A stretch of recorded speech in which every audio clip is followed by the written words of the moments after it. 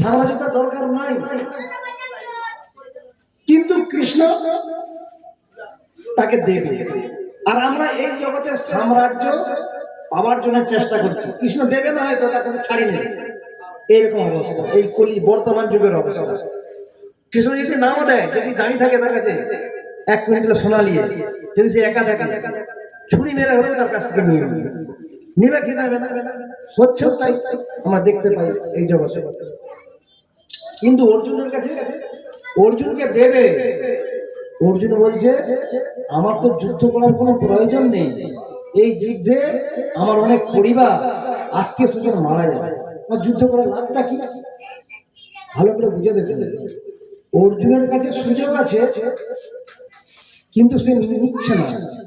আমাদের কাছে সুযোগ নেই, আমরা যদি সুযোগ পাই ছাড়ি না। এই মনোবৃত্তিটা কেন না? এই জগৎকে ভোগ করার বাসনা আমাদের মধ্যে রয়েছে। ভোগ করাতে কি করবে না? এই জগতের বেশিরভাগ মানুষ কি করে? ভগবানের কাছে যেতে চায় না।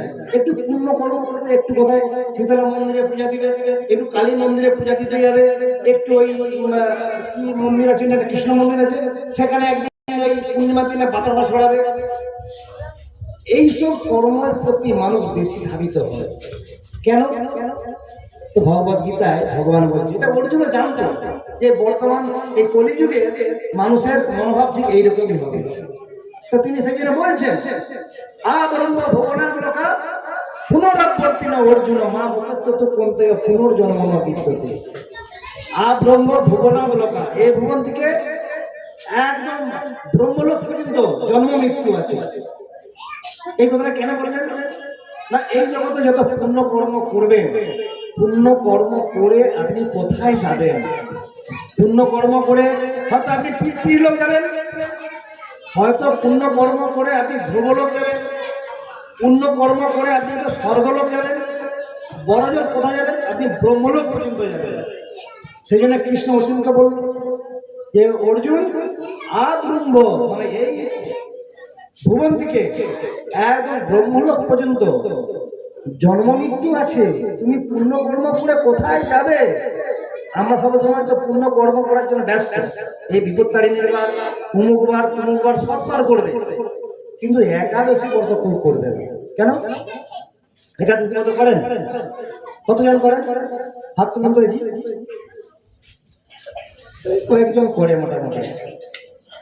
আচ্ছা, কতজন করেন না হাত তুলুন তো দেখি। একাদশী কতজন করেন? হ্যাঁ, হাত তুলছে না, লজ্জা, তাই না? হ্যাঁ, যারা করে, যারা করেন একাদশী, এই যে আপনারা কালী পূজা, শীতলা পূজা, দুর্গা পূজা, শিবরাত্রি, বিপত্তারিণীর বার, সব কিছু করছেন, এটা একটা ভক্তি। সব কিছু করছেন বলে ভক্তি, কিন্তু ভক্তি যিনি জন্মদাতা, যাকে বলা হয় মা, তাকে যদি না আপনি ভক্তি করেন, সেই বার্তা যদি আপনি পালন করেন, তাহলে সব কিছু আপনার বিফল। সেটা কি বার্তা?